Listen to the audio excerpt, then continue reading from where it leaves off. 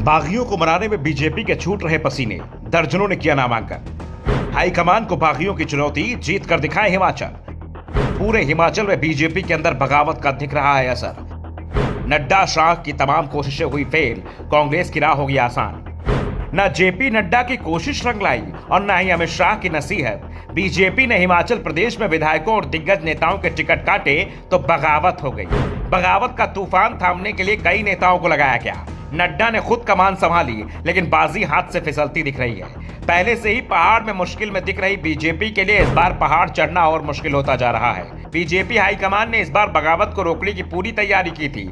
आमतौर पर कांग्रेस से पहले टिकट फाइनल करने वाली बीजेपी ने हिमाचल में अपने पत्ते सबसे बाद में खोले। पहले कांग्रेस और आप की लिस्ट का इंतजार किया, जिससे पार्टी जिन नेताओं को टिकट काटे तो उनके पास दूसरे दल में जाने के विकल्प ही नहीं बचे।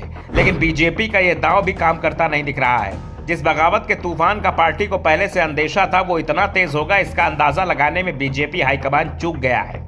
अब शहर दर शहर सिर्फ बगावत ही दिखाई दे रही है। जितने उम्मीदवार बीजेपी की टिकट पर चुनाव मैदान में हैं, तो करीब उतने ही बागी भी मैदान में कूद पड़े हैं। दूसरी दल ना सही तो निर्दलीय ही सही, लेकिन बीजेपी के बागी अब पार्टी की मुसीबत बन गए हैं। कांगड़ा जिले में बीजेपी के 4 बागी अब तक नामांकन भर चुके हैं। फतेहपुर से कृपाल परमार ने बीजेपी उम्मीदवार याशी राकेश पठानिया के समक्ष खुली चुनौती पेश कर दी है।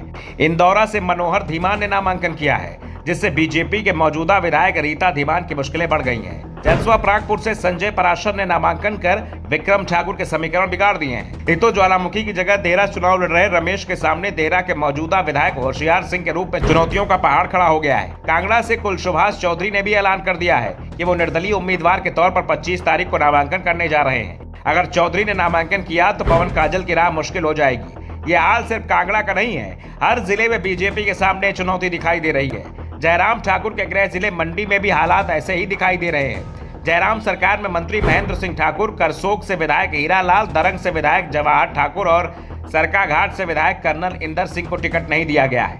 महेंद्र सिंह ठाकुर की बेटी वंदना गुलेरिया की गिनती भी नाराज नेताओं में हो रही है। उन्होंने भी चुनाव लड़ने का ऐलान कर दिया है। इस बीच भाजपा के पूर्व मंत्री और 6 बार के विधायक रूप सिंह ठाकुर के बेटे अभिषेक ठाकुर ने सुंदरनगर से नामांकन दाखिल कर दिया है। मंडी, शिमला सहित दूसरे जिलों के हाल भी एक जैसे दिखाई दे रहे हैं। जेपी नड्डा खुद बागी नेताओं को मनाने में जुटे हैं। सीएम जयराम ठाकुर और केंद्रीय मंत्री अनुराग ठाकुर को भी बागियों को मनाने की जिम्मेदारी दी गई है, लेकिन बागियों पर अभी तक कोई दबाव काम नहीं कर रहा है।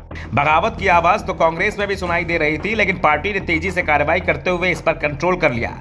लेकिन काफी मान मनोबल के बाद भी बीजेपी अपने बागी नेताओं को मना नहीं पाई है। इसका सीधा सीधा असर चुनाव में बीजेपी की संभावनाओं पर दिखने लगा है। वैसे भी हिमाचल प्रदेश में परंपरा चली आ रही है, एक दल को 5 साल का मौका देने के बाद उससे सत्ता छीन ली जाती है और विपक्षी दल को सत्ता सौंप दी जाती है।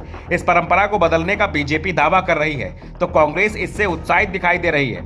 ऐसे में बीजेपी कैंप में भड़की आग कांग्रेस की राह को और आसान कर रही है। बीजेपी को एक चिंता प्रेम कुमार धूमल को लेकर भी है। लोअर हिमाचल प्रदेश में धूमल का जबरदस्त प्रभाव देखा जा रहा है। बीजेपी ने इस डर से लोअर हिमाचल की अधिकांश सीटों पर धूमल समर्थकों को मैदान में भी उतारा है, लेकिन धूमल के मैदान में न होने का नुकसान बीजेपी को दिखाई देना शुरू हो गया है। बीजेपी भले ही जयराम ठाकुर के नाम पर चुनाव लड़ने का ऐलान कर रही हो, लेकिन पार्टी के नेता ही यह मानने को तैयार नहीं है कि ठाकुर के नाम पर चुनाव जीत जाएंगे।